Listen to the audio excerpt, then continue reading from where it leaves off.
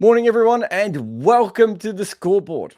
How do you know when the Indian Test summer has started? I mean, it could be, I don't know, when Harsha Bogle and Ravi Shastri start cooing to you into your ear. Might be looking at Virat Kohli's whites, which look even more starched than normal. Perhaps it is the first piece about the exact color soil that the next wicket is going to be used. Or maybe it's when the Indian cricket netizens start to sharpen their claws for KL Rahul or whoever else is about to get absolutely destroyed. But none of that's true, is it? The Indian Test summer can only start when the Indian top order is completely bailed out by guys in the lower part again and again and again. Welcome to the Indian Test summer. Here are your hosts, Ravi Ashwin and Ravi Jadeja. A huge shout out, though, must go to Hassan Mahmud, who was wobbling the ball all over the place and who, amongst us, did not think for a second, at least, that he might be the seam bowling Ajaz Patel. Sadly, he stopped with 4, but bowled very, very well. And also, when he stopped, we saw some very good bowling from Bangladesh, which proved that they have more than one seam available to them at any one time. Nahid Rana, when he wasn't bowling, wides down the leg side that were called buys, he was also hitting Ashwin on the badge at certain points. Sadly, as the ball wobbled less and got a little bit soft and a couple of edges missed the fielders and another one saved Ravindra Jadeja, that was pretty much for Bangladesh. So they decided that they didn't need to play in the last session and that they'd done so much great work in the first 2 sessions that the last one they could take off. This is when it was time for our Ashwin to bring out the big boy bat and remind everyone why he is absolutely, without doubt, a greater batter than Kuldeep Yadav. And I don't know, maybe Shardul Thakur and anyone else who probably wants to squeeze him out of his position at any point. At the other end, Sir Ravi J did what he does. No person, no person in modern cricket, perhaps, is better at simply not getting out. Of all the skills of batting to have, this might be the least sexy and most important of them. Ravi Jadeja is the condom of the Indian batting lineup, ribbed for your pleasure. But by the end, it was Bangladesh who were rooted. Sometimes you just need to take the slips out and bowl defensively. And you also need to be careful with your computer's defense as well. If you need a VPN, go Nord. NordVPN.com/Kimber to get a 2-year contract with a discount, plus 4 extra months and gifts in some markets.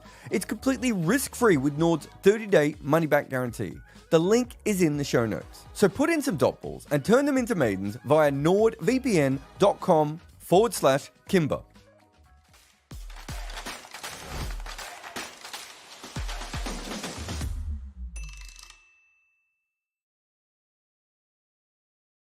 Welcome to the Scoreboard. We'll be here probably every day of this test series and hopefully the India-New Zealand one that follows it. And we'll see what else, maybe a little bit of England, Pakistan, and some other cricket that we'll be following as well. It depends on work schedules and everything else. But I'm Jared Kimber. I'm your host of the Scoreboard. And a big shout out to Cheyenne and Varun, who are in the background somewhere. I don't know, pressing buttons and making it work while Rakshit is helping us produce as well. So there's a team. I don't know, maybe calling us a team is a bit much. There's a collection of mammals working on this. Remember, if you do want to ask any questions, the best way to ask questions on the Scoreboard is probably going to be super chats because I can see so many of you are here already. But thank you very much. But let's get on to the cricket, I suppose. It was cricket. 2 test. I've got the other test match. If I suddenly stop, or if I suddenly start talking about the Ravens, have you seen how many Ravens there are at goal? I think Darren Mitchell's under attack. It's just because I got the other game on. I could also have the ODI on, but I've got to stop somewhere, I suppose. Let's start with Ashwin. I love the way that Ashwin goes about his batting because it is a little bit more. I'm trying to think of the right word, but it's a little bit more limited. And he is a player who knows his game and plays to it. And, we used to see this a lot more in Test cricket before everyone had every single shot available to them. But when you go through this, it's like, and we know he can hit via cover and mid-off. But really from extra cover to a couple of balls through long on here, he pretty much just went, I'm going to hit on the leg side. And then occasionally there's a couple of edges here off the pace bowlers, maybe one off the spinner as well. But it's really just this part over here, really knowing your own game, which is something that I think is a very handy thing if you are not like a batter who's going to be able to average 35 in Test cricket consistently, right? That ability to be like, no, this is what I do, and I'm going to try and do it for as long as possible until it doesn't work anymore. Ashwin is absolutely brilliant at that. And if we look at Jadeja, you can see that the sort of the leg side is the way he goes. So he's got kind of that one shot on the offside that he goes through over and over again, opening his face, laying the ball away, cutting when he wants to. But then on the leg side, he's sort of got that sort of bottom hand style of his, where he's dragging the ball across. And so slightly different styles of players. But boy, did these two like batting together in Mohali. This is ridiculous. When we saw this one come up, and I was actually shocked that this is only the third time that they've been in a huge partnership. And I know there's probably Akshar probably gets mixed up with them as well. And there's probably been some all-rounders, and maybe sometimes Ashwin was batting with some of the top order or whatever. But it does feel like they've actually done this more together. Their batting partnership is not quite as well developed, but Mohali. There's a lot of Mohali here, but anyway, really good partnership. 195. It's notable when I was watching it that there was a point when I think Jadeja had hit a boundary. Was it off Shakib? Yeah, I think it was off Shakib. And then straight afterwards, we saw Ashwin hit a 6. And so they went from just handling the pace bowlers and understanding that they were the biggest threat to putting some pressure back on. If you look at their scoring rates, I think a lot of that was Bangladesh just got tired. And, that can happen in a day, especially a day where you don't bowl that many overs early on. And then suddenly you get those big giant sessions. If you don't get a breakthrough in one of those giant sessions, they kind of just, the batting team can completely get on top of you. But I thought that a lot of it also came down to the pressure that Ashwin and Jadeja were putting back on as well. Like they never were just sitting back. They were looking for scoring options all the way through. Oh, look, Indian batters, a camper embed. Well, there's not much we can do about a camper. But this is what we were talking about before of Bangladesh and that final session. So they were attacking early on. So 3.8 runs and over. You've got, Jaiswal out there. You've got Rishabh Pant out there. You're kind of expecting India to score at a decent rate. Like 3.8 isn't like extravagant in the Bazball era. It's funny, when I first looked at that, I was thinking to myself, oh, they've really let them score quite quickly. And then I thought to myself, that's like less than 4 and over. It's nothing. You can see with the wickets in that next session, they managed to keep pressure on, by taking wickets, but also with the run rate. So dipping to 3.5, and then it goes up to 5. And this is far worse. We do these session breakdowns quite a lot, and they're quite illustrative of what has happened in the game. But they don't actually explain that, if I'm not mistaken, Bangladesh bowled 4 overs in the first session, 7 overs in the second session, and all of the overs in the last session. That could be a slight miscalculation of how I saw this, but there was certainly, I remember it was 23 overs in the first, and I remember looking at it after tea and just being like, they're going to have to bowl like the majority of their day's overs almost now.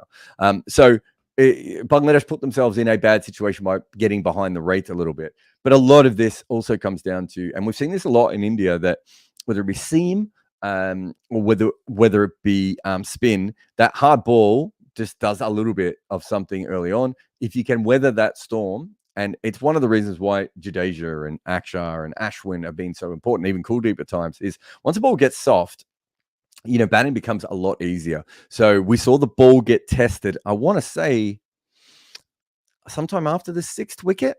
So Bangladesh were already a bit worried about the hardness of the ball, and and it meant that even when there was a little bit of lateral movement or some spin, everything happened so slow. This is India's runs per over versus pace in the first session. This is the right-handers and this is the left-handers. So this is one of those things that we need to look at for Bangladesh really more than about India, right? This is the question here will be going forward is, are we in a situation where Bangladesh just have a bunch of bowlers who are so much better when going up against right-handers and left-handers? And it's one of those things that quite often teams don't always think about until something like this is shown to them. So, I've worked with teams before where like they'll say, I don't know how this guy got away from us. And it's like, because we don't have a bowler who can bowl to left-handers. I'm not saying that is the case, and you'd have to go through the numbers, but it's something that we'll be keeping an eye on through the series. But it was so noticeable, the difference of the way that they just looked like the line and the length was really, really good outside of obviously the one sort of lucky wicket. This was a great delivery to get rid of Rohit Sharma. There was one of the things I really liked today about the Bangladesh bowlers wasn't just the sideways movement early on of Hassan Mahmud, but it was also the energy that they got off the wicket. Like even later in the day, perhaps not quite, maybe just after tea, the fact that the keeper's still taking the ball quite hard, above his head. It was a fantastic cricket wicket, actually, in many different ways today. But this was another ball where you can see, the edge, good pace coming off there. Virat Kohli's ball isn't as good, but that is kind of Virat Kohli's zone, isn't it? I don't know, if I'd be too worried about that, but he'd probably be a little bit frustrated with the fact that he'd be like, well, this ball was exactly where I wanted. It hasn't moved all that much, and I've still managed to nick it off. Obviously, Shubman Gill's dismissal was a bit more arse, right? But you can see the control percentage of the batters here. So KL Rahul actually has the best control percentage. He came in at a time when they were really struggling, and he is not going to get any credit for this because he's KL Rahul and also because he didn't make that many runs, right? But if you go back and you have a look at what he did, he soaked up about 50 balls of pressure. And by then, the ball had stopped doing stuff, right? And sometimes it's as simple as that. Like, that is what top order batters do. And sometimes it is the lower order who then come in and have the ability to be able to score, getting himself out to the spin. Again, we've seen this a lot. He makes a lot of hundreds away from India. Doesn't make as lot of, as many runs in India. It is a bit of an issue, but it's an interesting one to have a look at. Jadeja, 90% control factor. Not surprised. The way he plays, unless the pitch is doing something really, really treacherous, he shouldn't have that many mistakes compared to other players. He dead bats a lot of balls and he waits for. I had a look at his wagger wheel before. When I was watching him, it felt like the spinners bowled about 10 short balls to him that he pulled away. But he waits for those really, really rank balls and then puts them away. And you see Ashwin, especially considering the way he attacked, I think that's really interesting. So they had 5 guys up here with incredible control percentages. When you see numbers like this, you expect the team to make over 300 and not lose, too many wickets. So those things match up quite a bit. And this is how much they attacked. So as I said before, KL Rahul was not looking at attacking at all. I'm a little bit surprised. I felt like Jaiswal did, but perhaps with Jaiswal, he just sort of scored when he wanted to attack. And sometimes you get those two things mixed up in your head a little bit. And you've also got here Rishabh Pant, who that is quite a high. We're talking about more than 10% of the balls that he went after. And we'll have a look at his one in a moment. But Ashwin's quite interesting here. I think that's really good cricket of going after them the way that he did. And this is Rishabh Pant, square of the wicket.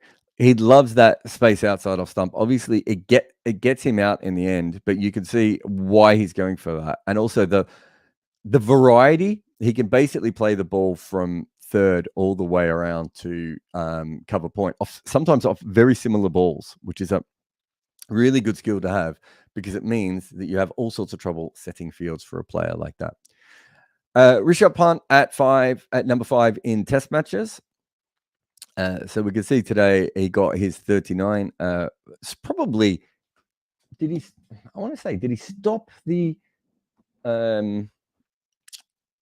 Bangladesh momentum? Probably doesn't stop it, does he? What does he do? He probably makes them refocus and maybe pauses it is the best way of looking at that, right?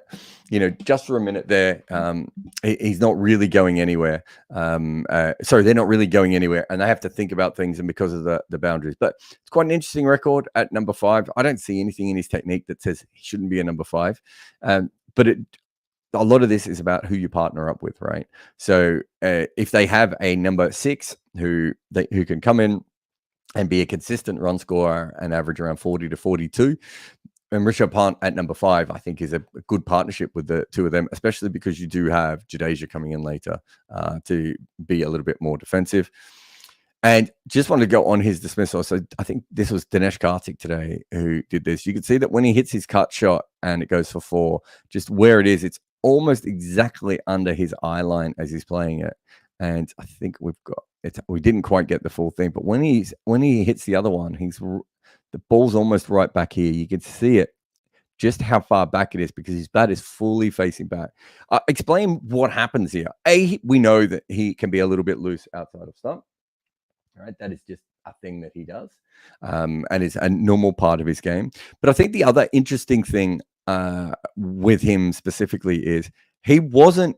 We showed before he had a 45% attack rate. This wasn't a ball that I think instantly he thought he needed to attack, and then he's made a very late decision. So if you can go back to the Virat Kohli one from before, it's like players have to score right. They have to put pressure back on the bowlers. In Rishabh Pant's case, it is literally part of the way he bats. And so he should be doing this. The problem here is the implementation. It's the execution issue, right? And he's seen a short ball that he probably wasn't thinking originally that he was going to score from. And then he thought to himself, do you know what? I can pick up another boundary here really easy. And he's just played it a little bit late. So not the end of the world there, but he was furious at himself as he went off. We see here with Jaiswal, and this is one thing I just want to point out compared to some of the other wagon wheels that we've been looking at here. Just the variety in where he scores. This is one of the reasons that, and we don't want to hype him up too much. I was actually kind of happy he went out from I think I said I can't remember if it was on TalkSport or one of my shows, that I almost want him to average like 45 in the next 5 tests, so he doesn't get to Australia with like a ridiculous batting average and everyone hype him up. Just have a normal 5 test matches and help India win without putting too much pressure on yourself. But one of the things that I really like about him is, when you watch Alec Athanaze come in to Test cricket from the West Indies, they both played at the same time, these two guys. And so we got a good look at them starting up. And Alec Athanaze is a very structured player. He's got his scoring areas. He wants to go square of the wicket, and he will only go straight down the ground when you over pitch to him consistently, right? And if you don't have a mid off him, generally, which is what England did occasionally to him. Jaiswal, there isn't really a way to stop a player with this many different scoring options, and that's that next level tier of player. You look at Tendulkar and Lara and those sorts of players where there isn't a position on the ground that they can't score. Now, there are other players who are nowhere near that level who also have this. So it doesn't mean that he's automatically going to be a great. But when you're in Test cricket, so one of the things that you can do to slow down very good players is, I remember talking to, it might have been Ian Chappell, and we were talking about Barry Richards compared to Graham Pollock. And he said that Barry Richards scored a little bit quicker. So that was a big difference there. But also there wasn't an obvious place that you could just bowl to Barry Richards that would slow him down or pause him. So you didn't have a moment to yourself. Barry Richards was going to score. He could hit the ball in any direction. He could hit any kind of ball, and there wasn't anything there. Whereas with Pollock, you could, bowl a little bit straighter to him, set a bit of a leg side field. He'd still eventually get through it, but he might not go through it automatically straight away. And you could bounce him, and he might not always go for the short balls. It's those sorts of things that I'm looking for when I'm trying to evaluate a young player, right? Like, is this a limited player who's really good at the things that he does? Or is this a player who it's going to be very hard for anyone to slow down? And that's something that you see with Jaiswal already. All right, moving on to the Bangladesh bowl. What is going on with Canva today? We have no Bangladesh bowlers. This has got to be the graphic from the from the last session, right? Let me try and let me have a quick ad break, and then we can come back and see if we can just reschedule this, because I'm not sure why these are all dying on us today. But, it's a live broadcast, and we're using tools and everything. These things sometimes happen. This is a Scoreboard. I'm Jared Kimber, and we will be back in a couple of moments. If you need your pitch changed, well, NordVPN can doctor any surface to a new location so that your IP address is set for you to win. Want to watch a game on a free stream in another hemisphere? Give NordVPN the ball. Or if you just want to watch a clip on social media that a cricket board won't allow, promote NordVPN to pinch hit. So if you need a VPN, go Nord. Use nordvpn.com/Kimber to get a 2-year contract with a discount, plus 4 extra months and gifts in some markets. It's completely risk-free with Nord's 30-day money-back guarantee. The link is in the show notes. Protect your computer like a bowler protects the boundaries in the death overs with nordvpn.com/Kimber today.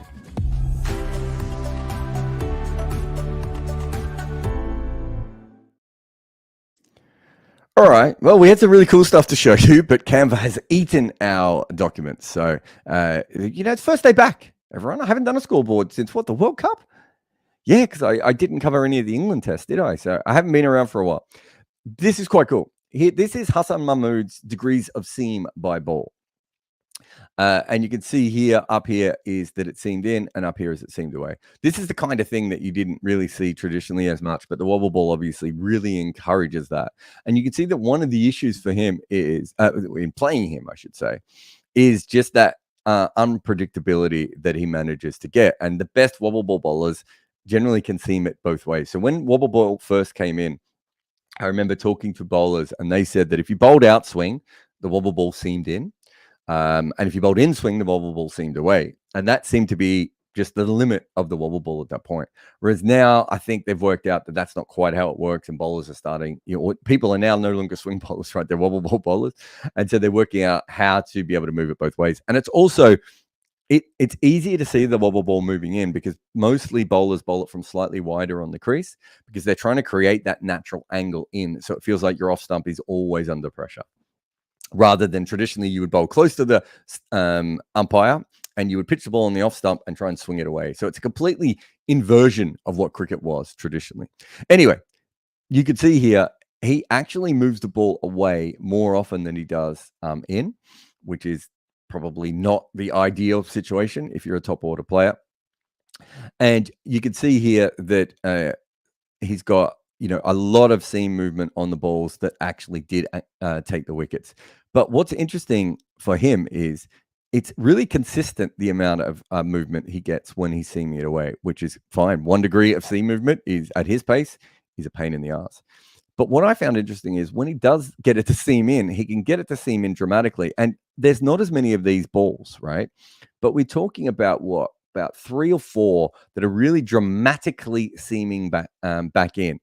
If you get this ball, it makes this ball awful, right?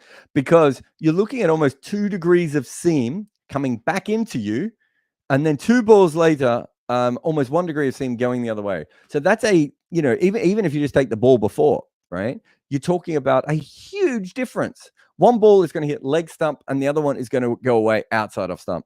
These are the sorts of things that when you look at Virat Kohli, or and I assume this is the Virat Kohli wicket, or one of them is anyway. If you look at that, actually, it might be Shubman Gill. Is that one? Is it? Yeah, I'm not even sure.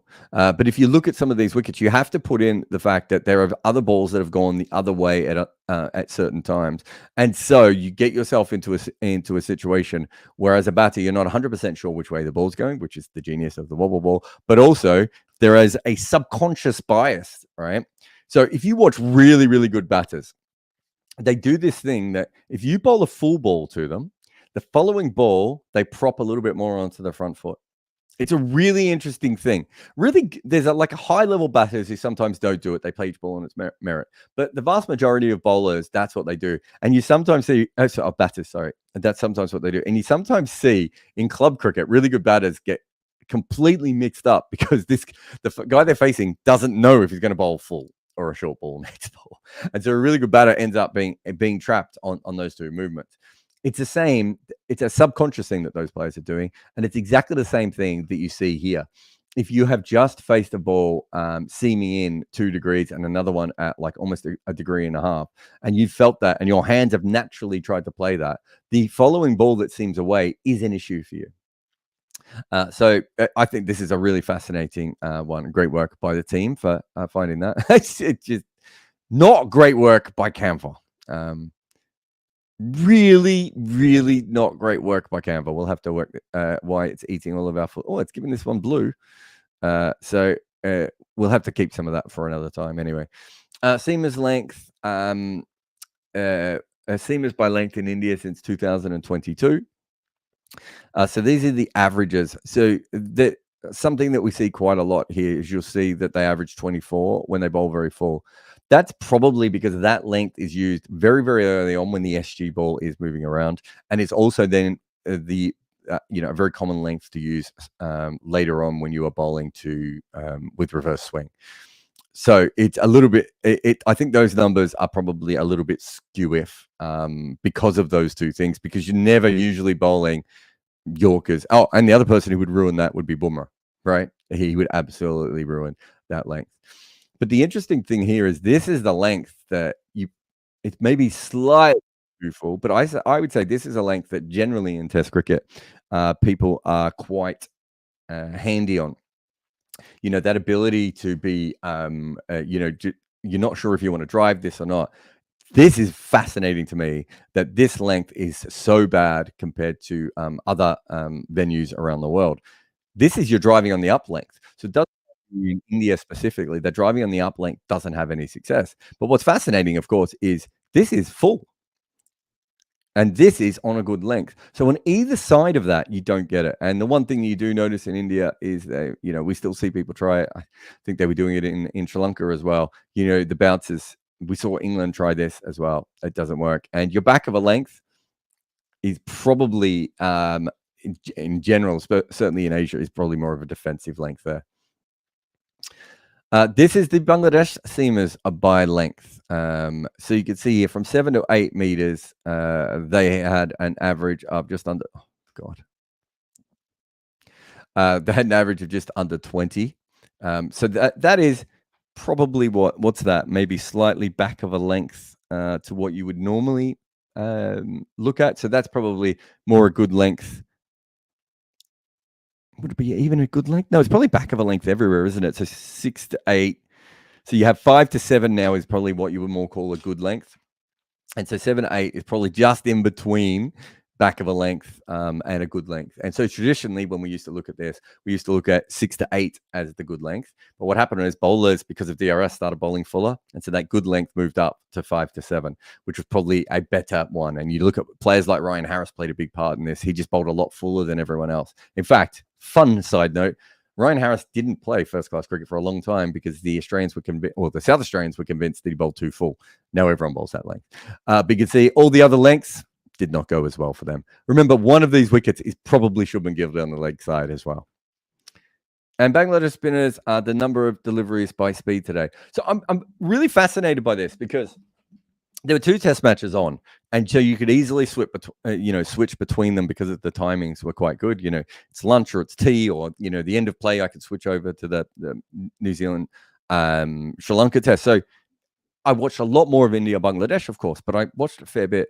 It's so noticeable to me how both of these sets of spinners were just were at a different pace. So the Bangladesh spinners were very much around 81 to 90, but I would say that they were sort of a mid pace. And then you're watching the Sri Lankan spinners. I'd be fascinated to see how much they were 71 to 80 because they were really, really slow. But that isn't why we've shown this. We've shown this because it's little slither up here. 1.7 of the deliveries over 90 miles an hour. And if you've been following Indian cricket over the last couple of years, or I suppose England's obsession with this as well, this whole movement towards bowling spin at that speed. I think there was a study done in Cardiff, but it might have been Loughborough in England, but it was someone who looked into this, and they told the ECB that the optimum spin pace was 103 kilometers per hour, 103 miles an hour as well. The optimum spin pace is any pace that you can still get deviation off the pitch, right? That's the optimum spin pace. But it was noticeable. So we're going to have watched the Sri Lankan spinners one day, the Bangladesh spinners on the same day, and then perhaps the Indian spinners, in the following days. And we're going to see the difference of speed. It'd be really fascinating to see, all 3 of them compared to each other. But I was thinking to myself today that they're just a little bit slower, and then I would switch over to the other test match, and I'd be like, oh my God, is Craig Brathwaite bowling?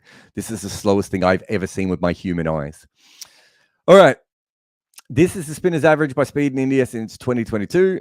And this kind of explains what we're talking about here of why, there's been these studies and everything else, but specifically in India.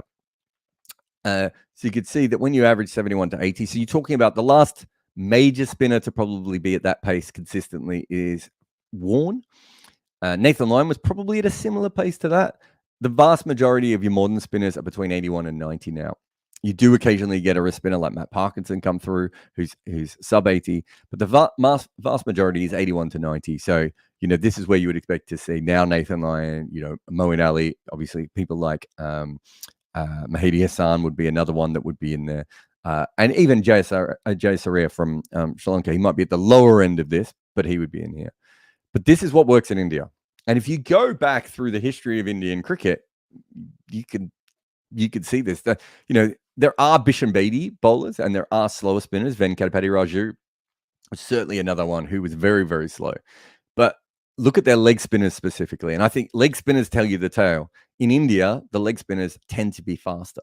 So, Chandra, Kumble, these sorts of guys, because it's not because that's a better form of leg spin, although you could also argue it is a better form of leg spin. It's because you need to bowl a little bit quicker, I think, on Indian spin wickets than you do on other wickets. So it's not that the Sri Lankan spinners are wrong in their speeds that they're bowling to the New Zealanders. And did they fight back a little bit in that game? Well, maybe not. Fight back might be too hard, but it's not that they're wrong. That's probably a better pace to bowl in Sri Lanka, where there is more sideways movement in general, and the pitches maybe aren't quite as slow when it is spinning. So if the pitches are slow when it is spinning, you need to put, you need to be, what does Gareth Batty call it? More direct. He doesn't like to say that spinners need to be quick. They need to be more direct. I don't know what the difference is, but there you go. But this is a really, really interesting one. And it'll be interesting to see how this plays out. And we've seen one day, you hope that the Bangladesh team come off and go, maybe we should have bowled a little bit quicker than we actually did. But it'll be interesting to see what they do coming up in the future. And this is one other thing that I noticed, and it was great work that the team picked this up as well. Just that I just felt they overpitched a little bit and they underpitched a little bit too much. You really have to be 4 to 5 meters, because then you're making the Indian players use their feet, even though you're not bowling particularly quick. And I think the Indian players can use their feet. There was a couple of balls that were given to Jadeja and Ashwin that were what modern cricketers call step and fetch, right? Which is where you don't have to actually use your feet. You just take a big stride and then play through the line of the ball. That's kind of the worst delivery that you can bowl in that kind of situation, because unless the batter makes a huge error or a freakish amount of spin or there's drift or whatever, chances are they're going to make good contact. And with the way that players range hit and the way that they train and physically and the consistency of the bats now, you're going to go over the top. But I also thought they just bowled a little bit too short. So, they weren't horrendous. They weren't, bowling a lot. But you look at Shakib's first ball, it was a little bit short. It was down the leg side. That whole over was a bit of a problem. And of course, you don't want to get into a point where you're bowling those. This is my length when I bowl spin. All right. That is it. If we've got to the blue, I would say that is it for us on that part of the scoreboard. But we also have time to answer some questions. So we're going to have a break here on the scoreboard, and I'm going to go through any super chats and see if I can find anything else there as well. But I'm Jared Kimber, and I'll be back after these messages. This is just one of our YouTube channels. We also have another one that covers the greatest stories in our sport called Good Areas. Why do India keep losing World Cups? How did Stuart Broad become a meme king? And the long sordid history of South Africa chasing. Head over to Good Areas a couple of times a week for the best stories in cricket. A few years ago, I had a panic attack after ESPN Cricinfo made me their global writer. I'd earned that position, but I also felt like a fraud at the time because I didn't really understand how I wrote. I understand that there was a process and gears and different styles and things, but how it all came together felt a little bit random. And so I began to panic like a golfer with a natural swing, worried one day I'd just end up with the yips. And would my career be over? So I took my writing apart piece by piece until I understood it. And then I figured out I could teach others all the mistakes I had learned. So I started an online course where I tried to make it as cheap as possible so people like me would be able to afford it. It's called Fans with Laptops, and heaps of people from around the world have used it so far, from first-time writers all the way through to professionals trying to improve. I started with a simple plan to make each writer the best they could be, and from the feedback I've received over the years, it seems like the course does that.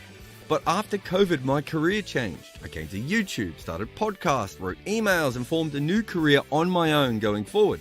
So I now had something else to offer, the multimedia side of things, social media and everything else. Not to mention that I was building everything up as an independent. And so I added all of that to my course. So if you have ever wanted to work in sports as a writer or podcaster or making videos or anything else, Fans with Laptops is the place to start. If you think you qualify as a fan and you have a laptop and you want to work in sport, click on the link. All right. Reminder that, Warren's ahead of me here. Reminder that you can send any super chats in. Normal chats, I've got a couple that I'll put in the show, but I've cut them off. I can't keep going back between all of them.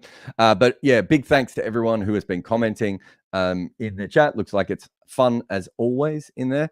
I don't know if anyone's ever actually called YouTube comments fun, but you know what I mean. But big thanks to everyone who's watching it on YouTube and those who are on Twitter and everywhere else following up. We're going to be here, as I said before, hopefully for every day. And this is what we do. We go through and we analyze and we try and make sense of the cricket. Make sense is the right word. Giresh, who we haven't heard from ages. So thank you, Giresh, for coming back. Loves the score. Loves the scoreboard. Hasn't been here in quite some time. Is Ashwin reaching legend status now with his incredibly huge wicket count and his many incredible saving knocks as a batter? And you've taken over 500 wickets, you're a legend, right? I'm not the world's biggest fan of counting stats, but if you could dismiss 500 people in Test cricket, I don't know how you're not a legend anyway. You add that into his bowling average, and I know it's been aided by wickets at home, and he maybe hasn't played enough away from home and everything else, but you know, he's I would have thought he was already a legend. I didn't think this was up for debate. So, I mean, I think the bigger question is, where does he fit on Mount Rushmore, right? There's a lot of good batters on Mount Rushmore. Like, you've got Gavaskar, Tendulkar, Kohli, Dravid. You've got Kapil Dev, potentially have Bumrah coming through. You've got Jadeja. You know, you're starting, that Mount Rushmore. It's like a lot of carvings on this particular Mount Rushmore. But I can't see how he's not in that list. He might be at the end of it, rather than, right at the top. But when you're talking about legends of Indian cricket, I don't see how he's not. Kumble would be another one there as well, wouldn't he? That's the elite of the elite, right? I'm trying to think if we're missing anyone else. No, because I think everyone else is fantastic, but not quite on that level. I personally would like Javagal Srinath, but I'm obviously pushing that a little bit there. But yeah, so Ishant Sharma, no. KL Rahul. But yeah, so I think he's on that list. Where him and Jadeja finish on that list depends on the next couple of years, right? Like, you can't make that decision right now. We're obviously finish our book on the greatest 50 batters. Like, we have to kind of just put Root, Williamson, Smith, and Kohli in positions and say that if their career finished now, this is where they would be, knowing that they could go on to be brilliant or could absolutely sink like a stone at the end of their career, may not change their position. And it's a bit the same with Ashwin. Fee has another 2 years. And this is a bit of a statement for him, isn't it? And because he did know that he was a big, and there's another question, so I won't go too much into it, but he did know that there was an element of other people coming for his job. I mean, there's freaking spinners everywhere, and all of them say they can bat now in India, right?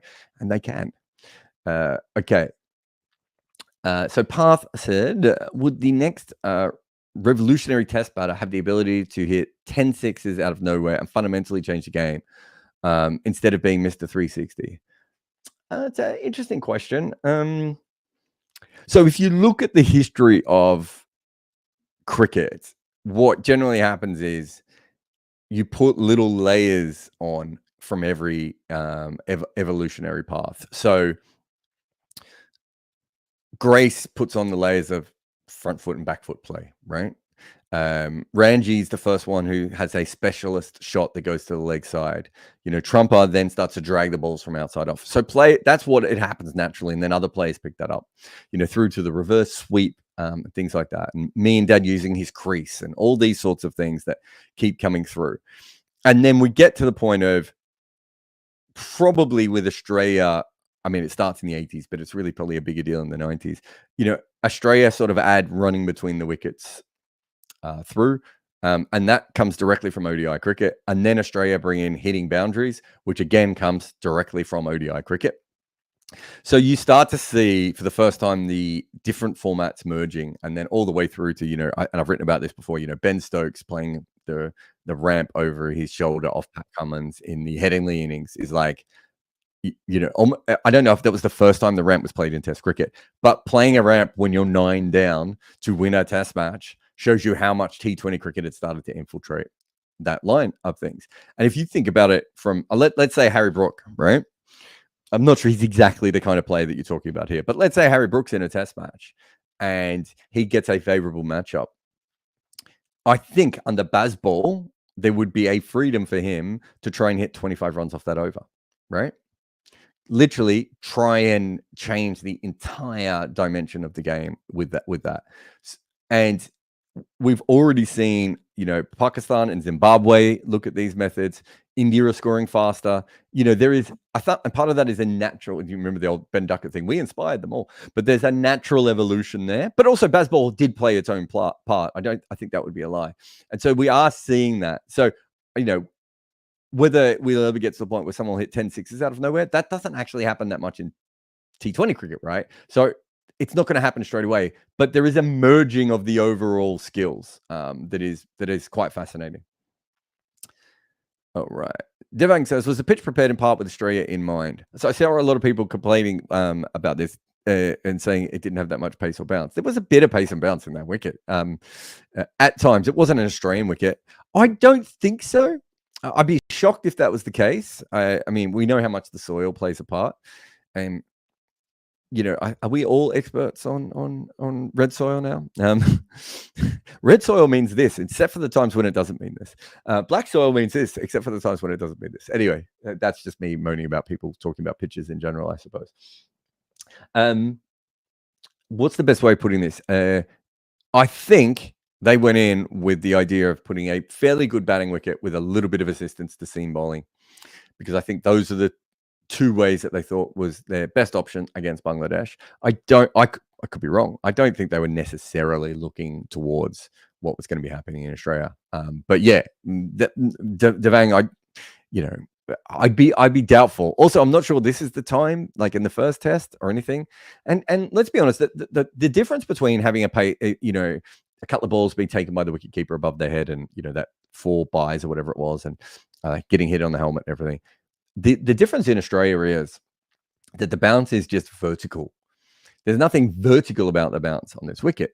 So yes, Australian wickets eventually do die out to some, you know, you might have a day 3 or day 4 pitch in maybe Adelaide, not even Adelaide anymore, but perhaps somewhere like Sydney that might do that. Melbourne, when it was a bit ordinary, would sometimes do that, maybe even Hobart occasionally. You might get a pitch like that, but it's not like a day 1 MCG pitch where you get like really vertical bounce. It's obviously nothing like what you get in Western Australia, but for their wickets. So it's still very different. And that's the problem with these sorts of pitches. You can get faster pitches in the West Indies and you can get faster pitches in England occasionally. It's the vertical bounce that is very hard to replicate. And for whatever reason, Australia has, no matter what color their soil, they seem to get that one. Reki says, please find my question below. Oh, here it is. Is Jadeja's crabby technique against spinners a technical change that he's made after DRS to deal with LBWs better? I wouldn't have thought so, but the only way to tell that, I said Reki before. Is it Reki? It might be Rek. The only way to tell that really would be go back and look at those Ranji 300s that he made very, very early on, because we see the impacts of DRS before DRS comes in. So umpires start to give out LBWs a lot more with spinners in, I think it's around 2002, 2003. We see the numbers change. And then on top of that, what we get is as it comes in, it sort of even when the games in India weren't playing, DRS was already changing the LBWs quite a bit. I would have thought that his technique is probably more to do with the fact that he played as a younger player in a much more free-flowing way. Like I know he was an all-rounder, but he was still a great bowler who probably batted. And so he probably, and you see this with Ben Stokes. Ben Stokes is very similar. Watch Ben Stokes defend. He doesn't really defend like a batter.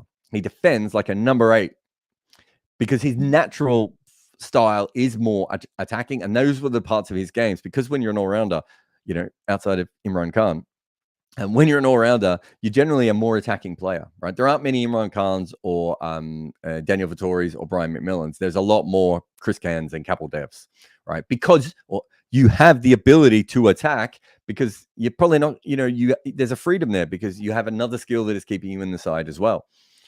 And so I have seen attacking all-rounders and eventually you have to defend at test level, play this sort of weirder style of defense where it's kind of with by all means necessary kind of defense. And watch Stokes and Jadeja, you sort of see that. So I wonder if it's something more to do with that, where if you're a top level test batter, unless you're a Sehwag or a Rishabh Pant or a David Warner or someone, chances are that it's your defense that got you going originally, especially when you're a kid and you couldn't hit the ball off the square. And then and then as you got older, and you got stronger and you got more confident, you would probably play more and more shots in that sort of way. So there's probably that period. Whereas when you're an all-rounder, you're in a completely different situation.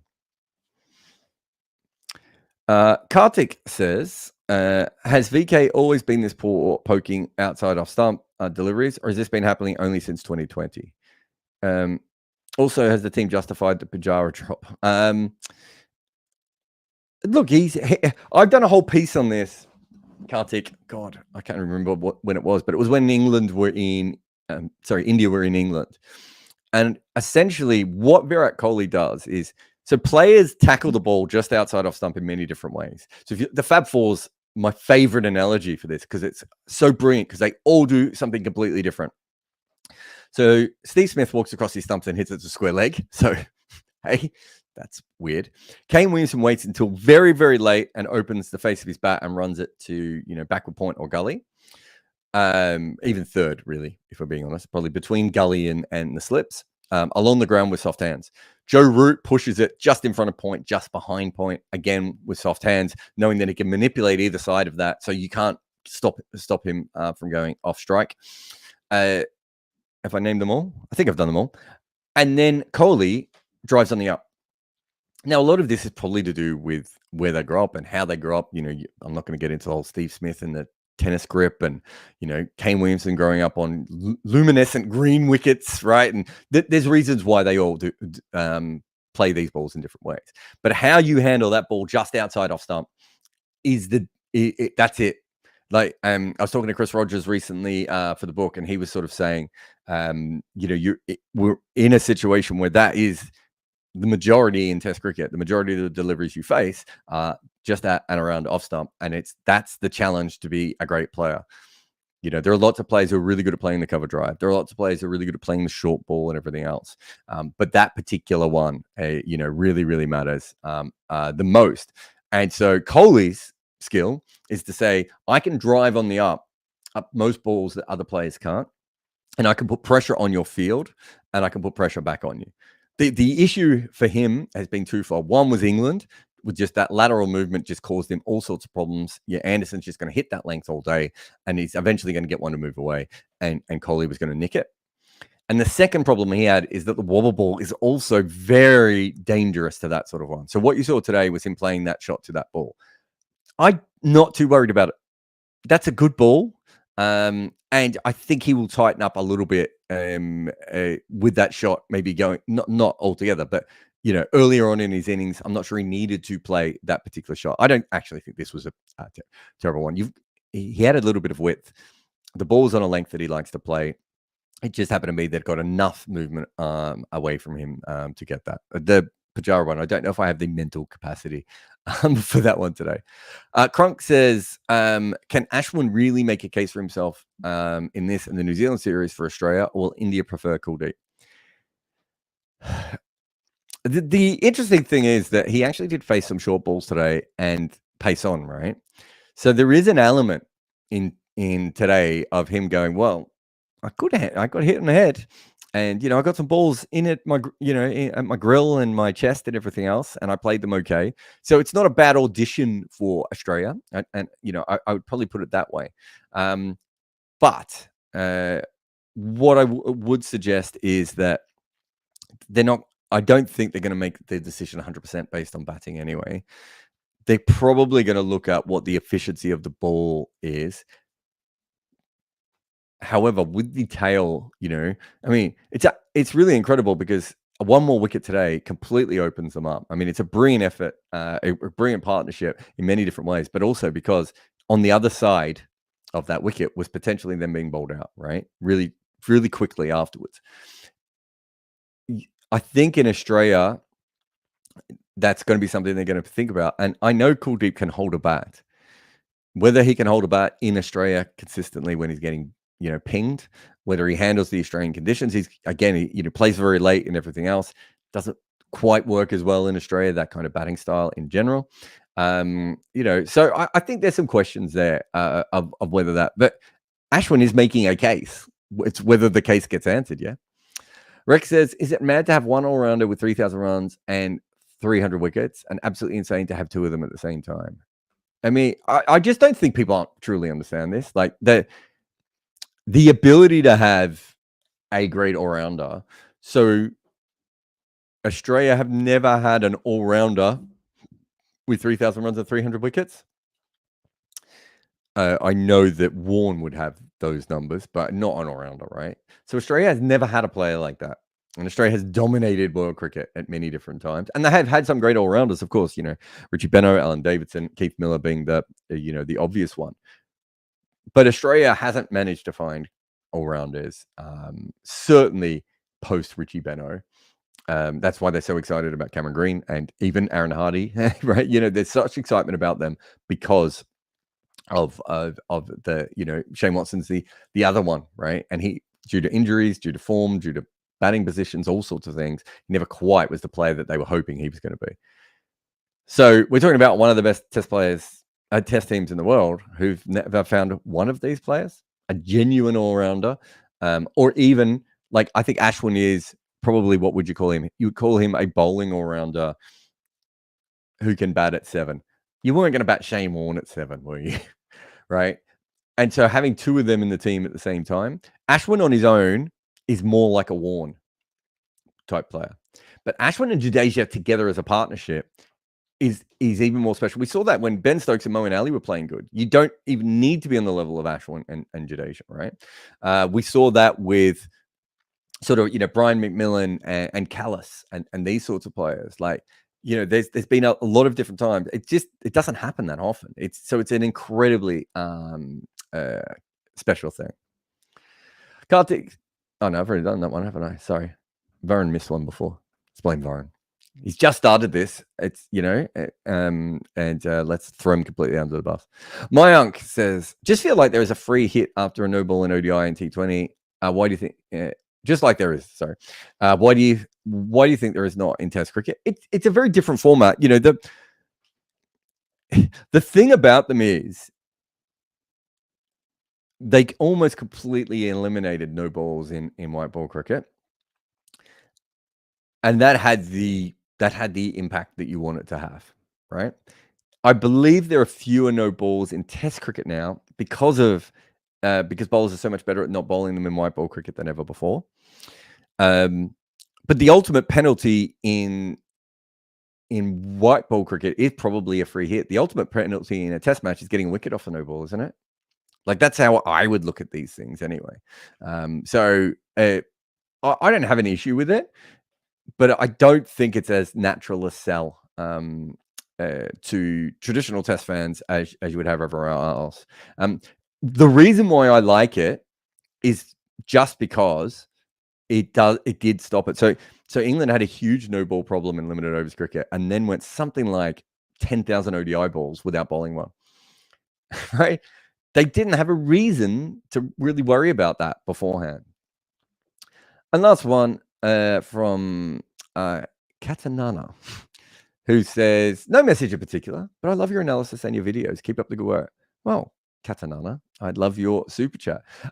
thank you very much to all the super chatters, all the normal chatters, all the chatters, really, out there. Thank you to everyone for their support. We'll be back probably same channel, same time-ish tomorrow for more, unless India start to bowl and actually bowl a decent over rate, in which we'll be on slightly earlier. But this is the Scoreboard. I'm Jared Kimber, and yeah, we'll be back tomorrow with more of this kind of thing. Occasionally, I also talk about behind-the-scenes stuff. Huge thanks to everyone who has supported us on Patreon and helped us build this channel. Join our Patreon community and unlock exclusive benefits. Enjoy AMAs, live calls with me, and connect with fellow cricket enthusiasts on Discord. Express your cricket fandom with Bodyline t-shirts. Discover their extensive range of player-inspired tees, featuring cricket legends such as Murali, Warne, and Wasim. With team-themed designs and options for hardcore cricket nerds, they've got you covered no matter what your interest in cricket is.